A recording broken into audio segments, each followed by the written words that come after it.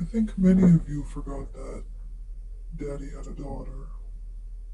And I'm going to continue where he left off with the Dead Time Stories.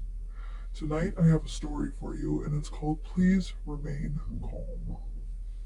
My name is Henry. This is my nightmare that I've yet to awake from. Anyway, I seem to have trouble focusing, so I need to recollect my thoughts, which means I'll have to start over. My name is Henry, and I've been in this place for several days now. I would assume my physical form is in some sort of coma or something, because nobody sleeps this long.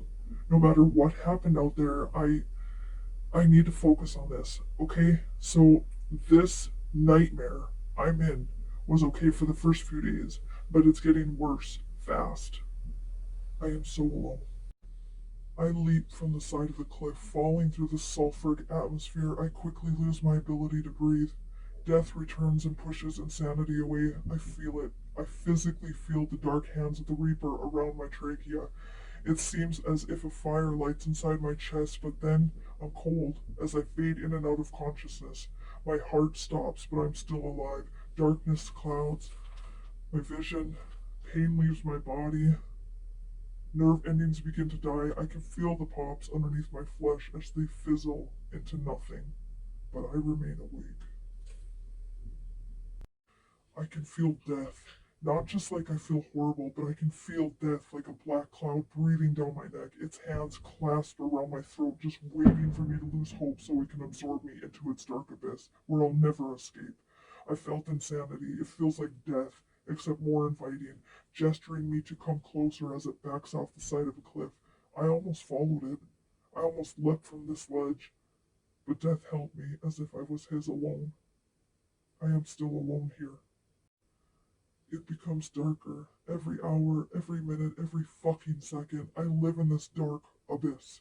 If I could even call it living, the darkness is like an enclosed space for claustrophobic people. It feels like all sides are converging on your person and getting closer and closer every second.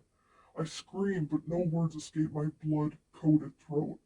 Even with the lack of decibel emitted by my vocal cords, screaming for someone to save me from this hell has already made my esophagus raw. The blood keeps flowing.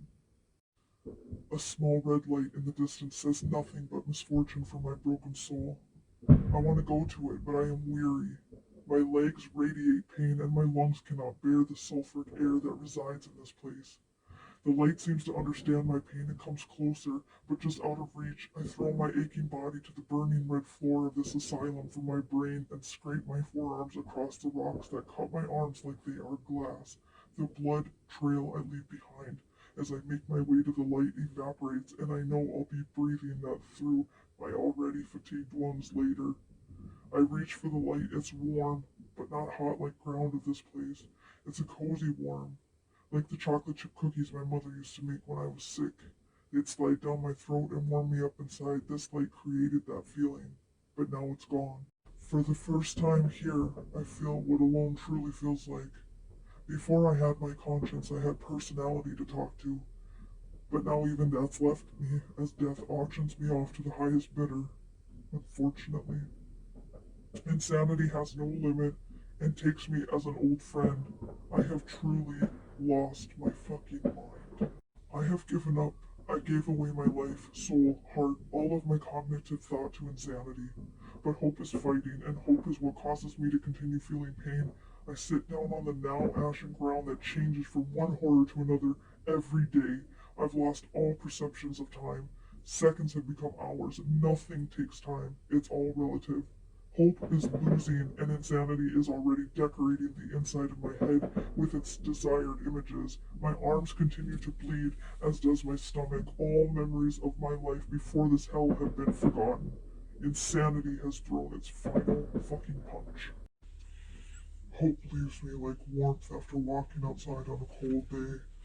Memories are coming and going as my brain deteriorates, like an animal that had been hit by a car rotting on the side of the road. Insanity is the wolf that drags me off into the dark forest and tears me limb from limb, but I don't feel anything. I'm already dead. The pain from my cuts subsides. I rise to my feet despite my lack of protection from the heat on the ground, and I make my way through the fog. I find myself on a ledge looking over a dark abyss, worse than what I've been through up here. It will surely kill me, and that's exactly what I want. I will no longer suffer. I pray for death to close his hands and finish the job, to cave in my trachea and fucking kill me. But I'm not sure it would properly do the job. I've already stopped breathing. My heart has ceased beating. The iron in my blood separates as I pick up speed on my descent into the abyss. My vision blurs. I feel the iron in my veins begin to push its way through the skin as it solidifies. The pain isn't there. I see the bottom now, a dark red color like blood, but I can't make out whether it's liquid or solid floor. I'm closer now. 100 feet, 50 feet, 10 feet. I plunge into the ocean at the bottom of this trench. I raise my arms as insanity lets go and the pain comes back. I feel the burning in my lungs, the iron ripping through the cartilage everywhere. I feel nerve endings dying everywhere. I close my eyes. The pain subsides and I sink.